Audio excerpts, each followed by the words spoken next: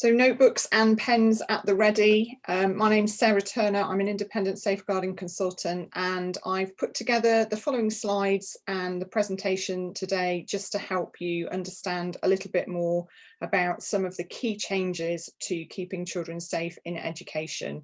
So this is the statutory guidance for schools and colleges, and it is to be implemented from beginning of September 2021. But we're just coming, as I'm recording this, we're just coming to the end of term 6 after a very eventful 18 months, and I'm sure everybody is very much looking forward to their summer holidays. So really the purpose of this is just to help you a little bit in terms of giving you the kind of headlines and just to know what some of those changes look like. So I'm going to talk through as we go through the slides, talk through some of the key changes, and then also just talk about some of the points you might need to consider in terms of actions coming out of the revised guidance.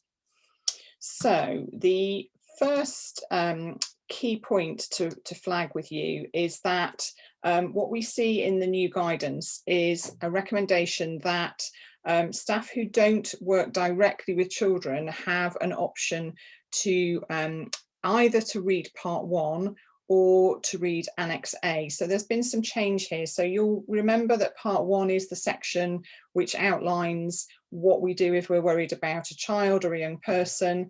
It includes information about the categories of abuse. It includes information about early help and how to make a referral. And lots of schools for quite a while have talked about the fact that actually for some of the staff in their school who are not front facing with children, actually it's an awful lot of information for them to read and to understand. And also some of it isn't always directly relevant to their role in school. This has been welcomed by many schools.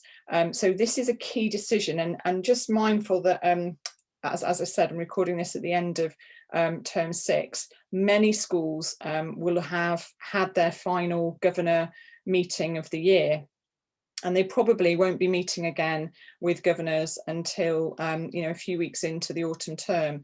So there is a decision here to be made about what you're going to do here, because it's for the governors ultimately to make that decision about which staff roles read which section. So it might be that this is an action that is delegated to the chair of governors to make in consultation with the head teacher or principal, or it might be that you call an extraordinary governing body meeting, but it's for you to decide. Ultimately, as a school, you may decide that you're going to continue asking all staff roles to read part 1, but there is that option there should you wish to take it. Okay, so part 1 is currently 17 sides, and Annex A is 5 sides, so it is dramatically condensed and is a lot more straightforward to kind of read through. There is the risk potentially here that we end up with obviously different staff roles with different levels of knowledge and understanding, and as we know, children are taught that they can talk to any trusted adult in school. However, my view, having read Annex A, is that there is sufficient guidance in there for those staff who read that section to know what to do if they were worried about a child. So hopefully it shouldn't pose a problem in my view. So that's the key change, and actually a change that where a decision's made preset the start of September, really, in terms of who's going to read which section. In terms of other key focuses for part 1, there is a continued focus on the culture of safeguarding in your school, and also just thinking through the role of governors and proprietors. So I'm going to talk about governors. I'm going to use the term governors, but I'm also including proprietors under that heading as well. So continued focus about their role in ensuring that safeguarding is effective across your school or setting, and it includes this new reference to strategic leadership responsibility. We see that being made really explicit in part 1 and also in part 2 of keeping children safe. So from my point of view, in terms of the work that I do with schools, I think in terms of just thinking, so what does that mean for us going forward? I would suggest that There are lots of governors who have a view about safeguarding in their school. They don't always have the knowledge and understanding to support that view. So that's something that's come out of the governor surveys that have happened this year for those schools that have had a QA visit from me. Quite often governors are able to say what they think about the effectiveness of safeguarding, but they're not always able to support that with how they know and provide the evidence. So that's something to think about. You know, how do we equip our governors so that they feel really confident to be able to talk about whether there is a culture of safeguarding that's strong in their school, and if they feel there is, that actually here's the evidence that tells me that that's the case. You know, all the different areas of evidence that they can refer to. And again, looking at your report, your safeguarding report that you provide to governors, just making sure that that's really fit for purpose, and asking the question, you know, this information that we're sharing as part of the report to governors, how does it help governors to understand and make a judgment about the effectiveness of safeguarding. I've talked quite a lot about that with colleagues in schools this year.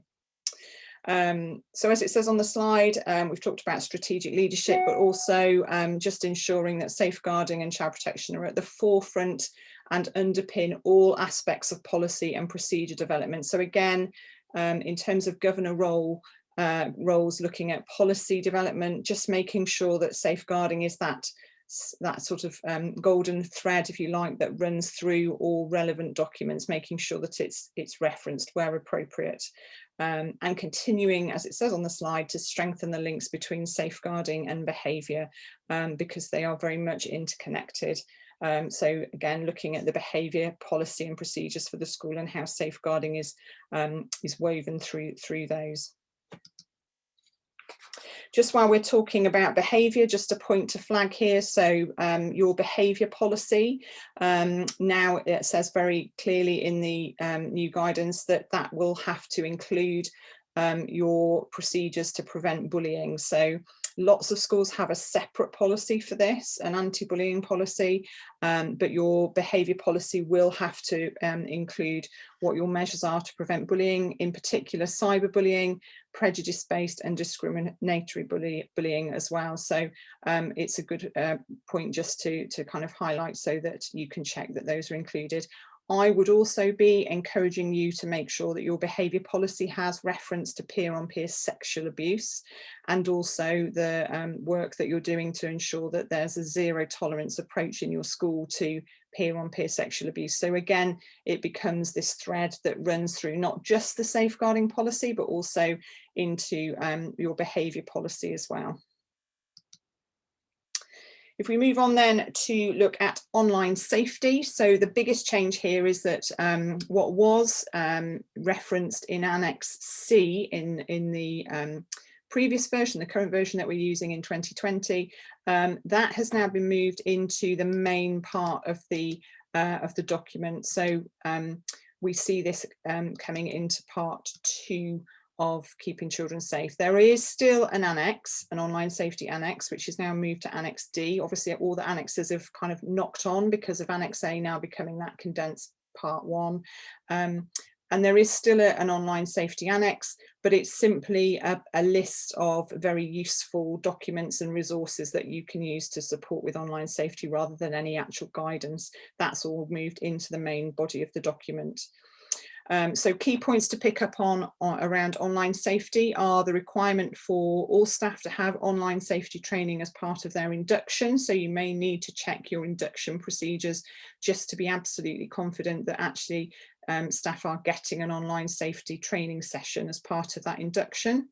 And then they're also required to have online safety training as part of annual safeguarding updates. So again, when you plan across the year your points where you're going to talk to staff or meet with staff, or indeed, you know, communicate with them via a newsletter or other means, it's making sure that online safety has a focus as part of that, because actually online safety is becoming more and more prevalent in terms of the link with the risks that children are encountering. More and more are happening online, and quite often happening concurrently with issues that are going on in the real world as well. So again, we see that kind of increased focus on online safety in the guidance.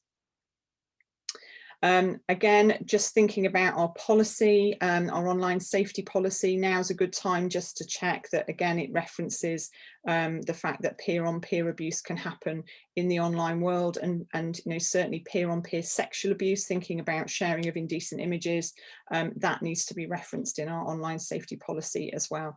There is, for those schools that use the model template, model safeguarding policy template that I put together, there will be specific detail added into that around how staff should respond when dealing with an incident where there's indecent images that have been shared, because that's something that has continues to be a problem in schools, and staff are not always completely confident about how to respond.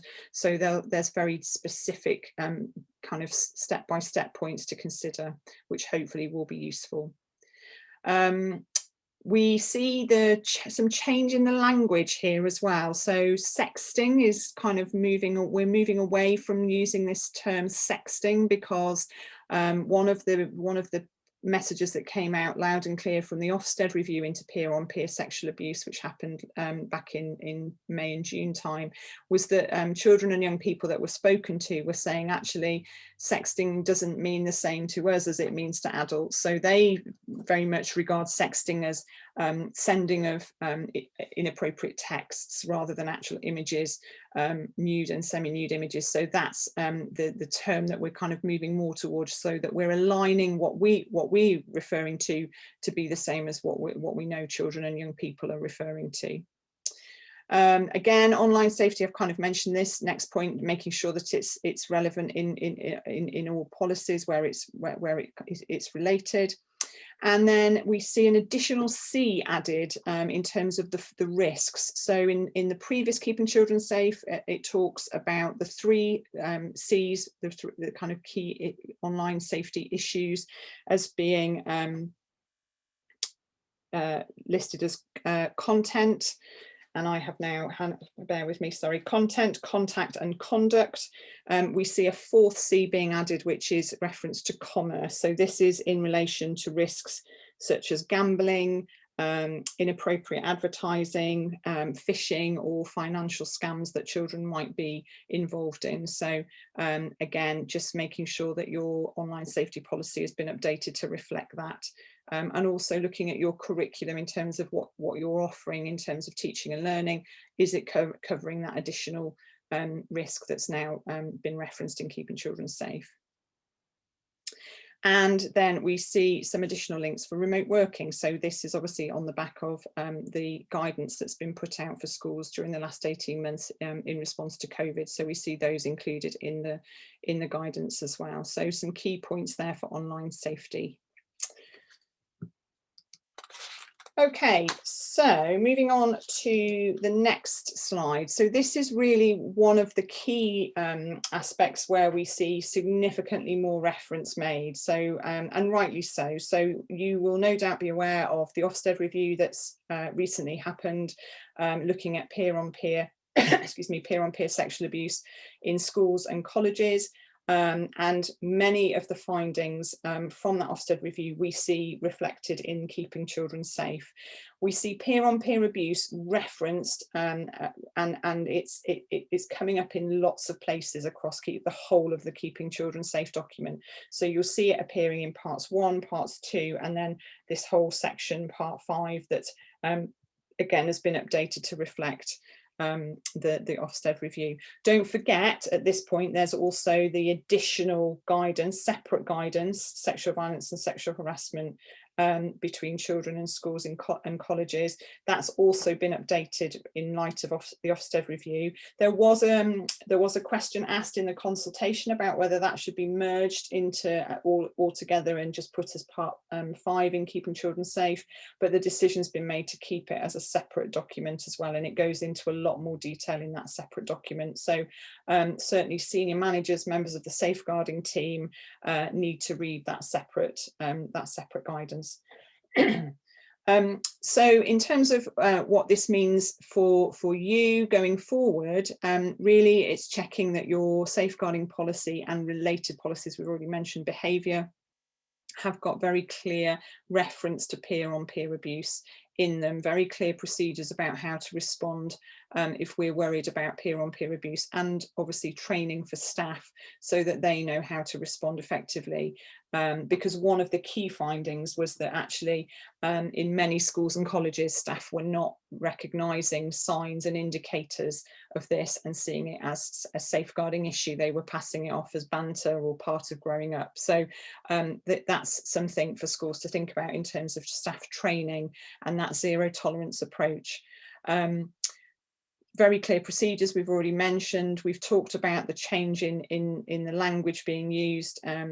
But also another point that's come out from that Ofsted review is that actually it may not be appropriate for all children to have the same kind of one-size-fits-all approach to their learning around healthy relationships and sex education and health education. So again, that might be a point to consider in terms of how are our children who are potentially at greater risk or involved in this, how do we create a bespoke package for them that will ensure that their needs are met and that those risks are addressed around healthy relationships. Early help in part 1 has some additional points that have been added to the list. So these are indicators for staff to be aware of. This is the list that indicates that particular groups of children who may really benefit from early help intervention. So again, just some additional groups, risks have been added to that list so that staff are really mindful and aware of keeping an eye out, particularly for these for children who are at risk of these particular themes. In terms of the next slide, this is just flagging some further guidance that's been made explicit in the new document around third-party organisations working with the school or college. So in part 2, we see reference to very clear guidance for governors around what their responsibilities are in terms of any organisations that are using the school, but also alternative external provision. So where you're using an alternative provision to make up a child's weekly education, there are very clear checks that need to be in place, assurances that need to be in place, such as making sure that they have an effective safeguarding and child protection policy in place, checking that their recruitment procedures are in place. Many of you are already doing this. This is not new, it's just been made more explicit in the guidance. Okay, the point that is new is this third point on the slide, which you may want to think about a little bit more. So this is acknowledging the fact that many pupils who attend alternative provision or external provision have complex needs, and with complex needs come increased risk.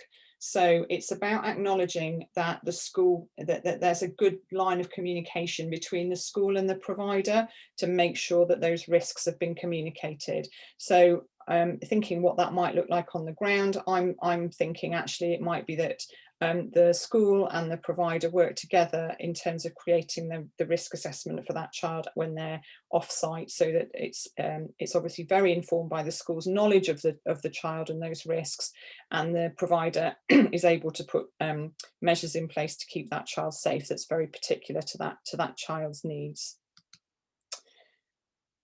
We also see in the new guidance, again, the list of children who are identified as at greater risk of harm growing. So just as we've seen that list for early help growing, we see the list for greater risk of harm increasing as well. So some additional themes appearing on there. And a new section in Keeping Children Safe for the first time around children who are removed from school for elective home education. So there's further guidance on this, but essentially it's just reinforcing the fact that schools must alert the local authority when a child is taken off roll to be electively home educated, but also that the school should work with the local authority and also with the parents to make sure that there's a meeting where possible to talk through and make sure the parents are, you know, really clear that this is in the best interests of the child. It's recognizing that actually for many children, not all, but for many children, elective home education isn't always in their best interest. So just that opportunity to have that discussion with parents and carers. So those are the key themes coming out of parts 1 and parts 2. So the kind of themes of those parts remain the same. So part 1 is very much what to do if you're worried about a child. And part 2 is around the management of safeguarding. That stays the same, but just some of those references that we've talked through just made more explicit. If we move on into part 3, this is still around safer recruitment. We don't see any sort of significant legal changes here, but what we do see is a real change to the layout of this part of this section, and it's much better. So just be mindful of the relevant staff who need to see this. So anybody who's involved in recruitment, and also HR support or your HR provider, just be mindful that they need to make sure they've been made aware of the revised document. So it's very clearly divided into sections, and actually if you follow this, it's really helpful, the guidance, and it kind of goes through the processes of recruitment from the advert right the way through to once a candidate's been selected and the checks that need to happen, but then the kind of ongoing vigilance that needs to carry on in school even after members of staff are in post. So really, really useful. But there are a couple of little reference points in there that you might just want to touch base on just to check that you've got in place. Okay. Single central record, I know everybody always holds their breath when we have a new Keeping Children Safe published, because there's always a fear that there's going to be more columns added to the single central record. So really pleased to tell you, no additional columns, no additional checks that need to be done. However, there are a couple of points just to highlight here. So first of all, they have finally put a statement in to make it very clear that there is no requirement to keep leavers on your single central record. So it says once that person has left your school, you can take them off. So for all of you that have a leavers tab, you can get rid of it, which will be fantastic, because actually it will just make your single central record a lot easier to maintain. The other point just to highlight, so this was a change back in January of 2021, so you should be aware of this by now, but the EEA checks, which were done as part of the teacher checks done via the DfE Secure website, one of the 5 checks that you do on that website, which is a type of overseas check, that list is no longer being maintained as we're no longer part of Europe. So that column on your single central record for any staff from the 1st of January 2021 will now be recorded as not applicable. Okay, so you mustn't delete the column because it will show historical checks that have been done, but going forward you'll see that starting to show NA. Okay, what this does mean, as I've highlighted on the slide, is that you've got to be really vigilant to pick up on anybody who's worked overseas, because it won't get picked up via this EEA check anymore. So just make sure that you've looked at the guidance. It's page 68 in the new Keeping Children Safe. It gives very clear guidance there as to how you go about completing an overseas check.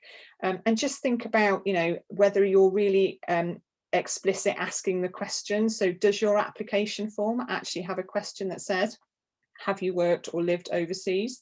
And you might even decide to add it as a question into your interview as well, just to be absolutely sure that you've checked whether there's been any overseas time spent. Because obviously if somebody's committed a crime overseas, it won't show on a DBS check. So it's just making sure that we've got the full picture for that individual.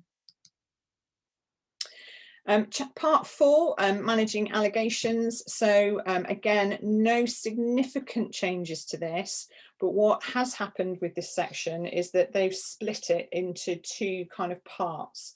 So they've reordered it as well to give a little bit of clarity, but they have split it into allegations that meet what they're referring to as the harms threshold. So that's those 4 criteria that are listed in part 4.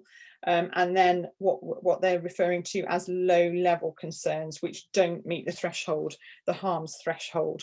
And just to try and give a little bit more guidance for scenarios where concerns about an adult who's working or volunteering with a child don't meet the threshold for LADO intervention. So just be aware of that. Now, there is a small discrepancy here that I am makes me a little bit uneasy. So I'm just going to share with you what that is, and then I'm going to give you what my position on this will be.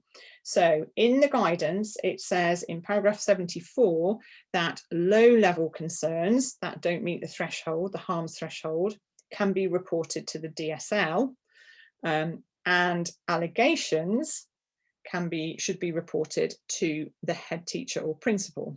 Now, I am very aware that for many of you, you are one and the same person, so DSL and head teacher, so that doesn't raise any issue. But in schools where you have a DSL who is not the head teacher, potentially having that 2-pronged approach could cause an issue, in my view, and could cause things to fall between the floorboards. So my advice would be that you continue to report all concerns about an adult who's working or volunteering with children to the head teacher. Yes, the DSL might be involved in that a little bit more than previously. However, if we have one single kind of process in place, that to me is a much more robust process. What I will say at this point is that recording for allegations is definitely a theme to be mindful of, and something I've highlighted from my school visits this year. It's not always done particularly well.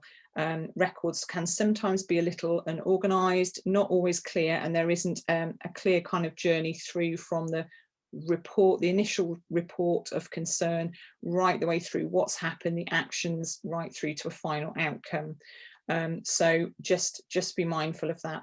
But what's really nice about this section is it really highlights the importance to staff of reporting those low-level concerns, because actually when you look back at serious case reviews and some of those really high-profile cases that we're all aware of, it's very clear that their behaviour started as these very low-level concerns. And actually, if somebody had kept a record of those low-level concerns, we might actually have identified that there was an issue much earlier. So have a think about how you're recording those. If you're not the head teacher, then please make sure your head teacher is aware of the changes to part 4 in this reference to low level concerns. Have a think about how those are recorded. Do you, for example, have a chronology? So where you've got a member of staff where perhaps there have been 1 or 2 or 3 concerns, low level concerns that don't meet threshold, but there's been more than one, is a chronology being started so that you can build a picture of any worrying patterns or trends. So that's something to think about. Okay, and then the final part of keeping children safe, as it was previously, so part 5 continues to focus on child-on-child, peer-on-peer sexual violence and sexual harassment. This has really just been updated to reflect the Ofsted findings. So again, as we've already mentioned, really that point that actually it's sadly is a theme that we're seeing much more peer-on-peer, child-on-child abuse. What the Ofsted guidance says and what's been reiterated in Keeping Children Safe is that all schools should act as if it might be happening in their setting or school, and that even if there's no reports, that doesn't mean it isn't happening. It might just mean that children are afraid to come forward for whatever reason and they're not reporting it. So if it's encouraging schools to act as if it might be happening. Okay, it's that kind of phrase, isn't it? It could happen here, and not turning a blind eye to it. Because what we know is that if we do say, or we don't have an issue with it here, then potentially we could create a kind of culture of normalized behavior, which is not keeping children safe. It reiterates this section how important it is to reassure children that their reports are being taken seriously, and to reassure, because again, pupil voice from the Ofsted report showed that many children said they didn't feel that they would be taken seriously if they talked about it, so they kept quiet. So we, all that work we can do to reassure children that we will listen to them and we will take their concerns seriously. Staff being made aware that it might not be a direct report, it might be something they've overheard or seen. And also just some further guidance around reports that are unsubstantiated, unfounded, false or malicious. Now, these are the terms that we kind of think of when we're thinking of allegations to do with staff and volunteers. So interestingly, we're using these same kind of themes in this section, part 5, for peer on peer, but it's making sure that we unpick where we get a kind of outcome of unsubstantiated, unfounded, false or malicious. We need to further consider what's going on for the victim who reported the concern in the first place. Is this potentially a cry for help? Is something going on for them from a safeguarding perspective that we need to address? So it's just really highlighting the importance of recognising that. And then into the annexes at the back of the document. So we've already talked about Annex A, which is now the condensed version of Part 1. So as I said, everything kind of knocks on down the line. So Annex B is now the section which has some further information about a range of safeguarding themes, and you'll see 2 new themes being included there, so child abduction and cybercrime. Annex C is now the job role description of the DSL. And really the change there is further emphasis made around the importance of considering educational outcomes for vulnerable children, and that joined up work between the DSL teachers and strategic leads to ensure the best possible outcomes for children in line with their peers, for vulnerable children in line with their peers. So those are the key changes. I hope that's been useful. If you have any questions, please give me a ring or contact me via email. So my email is info@sarahturnerconsulting.co.uk. Please come back to me if you'd like to clarify any of the content, but I hope that's been useful. If you're watching this at the end of term, well done, and have a lovely summer break. I look forward to seeing you soon. Take care.